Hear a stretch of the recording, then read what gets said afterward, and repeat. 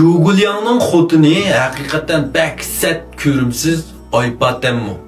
Qissa haqida bayon. Juguliyan'ın qiynatısı Huang Qingyan. Endi bu Huang jamiyati mushu Jingju'daki en abroyluq, en küçüva tört çoğun jamiyatning birisi. Bir kuni bu Huang Qingyan o'zi bu Juguliyan izlab keldi, bunun istidatını anglagandan keyin shuni bilan kirib deydi.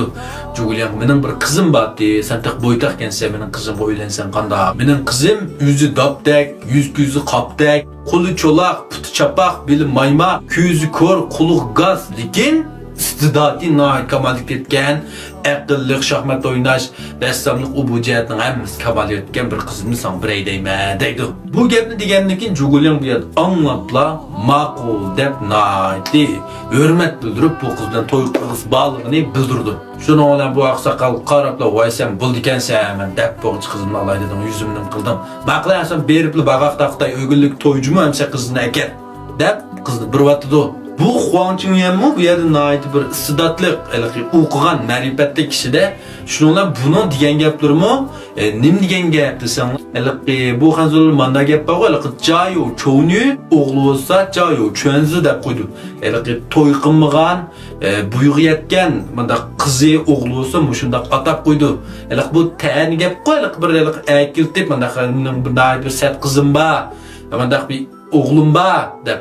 Endi bunisi rost tushunib, joyi o'chanzisi, voy, neda arzi govaza desak bo'lmaydi. Shuna bu ish balan ishga emas, bu shunday bir o'qitish. Bu bir akillatni emasda buyuq etib, to'y qilmagan, yot qilmagan emasda qizi yoki xotinimga o'g'li bo'lsa, shunday akilat holatda ifodalangan bir gap.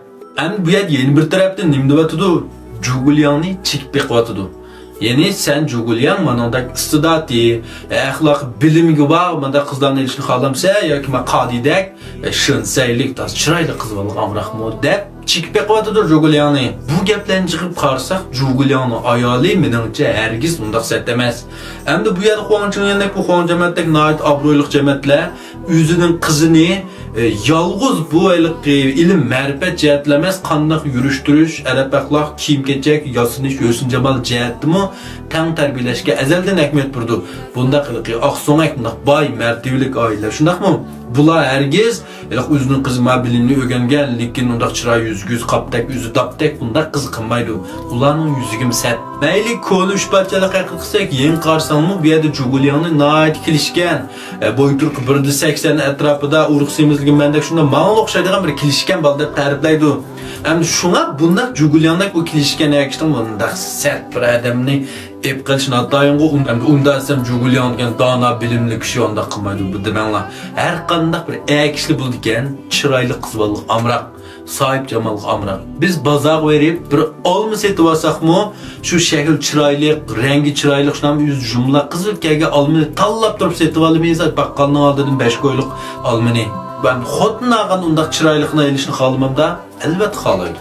Shunga meningcha bu shu Juguliyanning ayolini satligini bayağı degandek bir qism aklatni gaplarni keyin rost qilib yoki Juguliyanni ko'ramaslik beldim, shundaq chiqqan bo'lishi mumkin. Meningcha Juguliyanning ayoli hargiz uningdek sat bak ko'rimsiz bak sat undaq emas deb o'ylayman o'zimcha.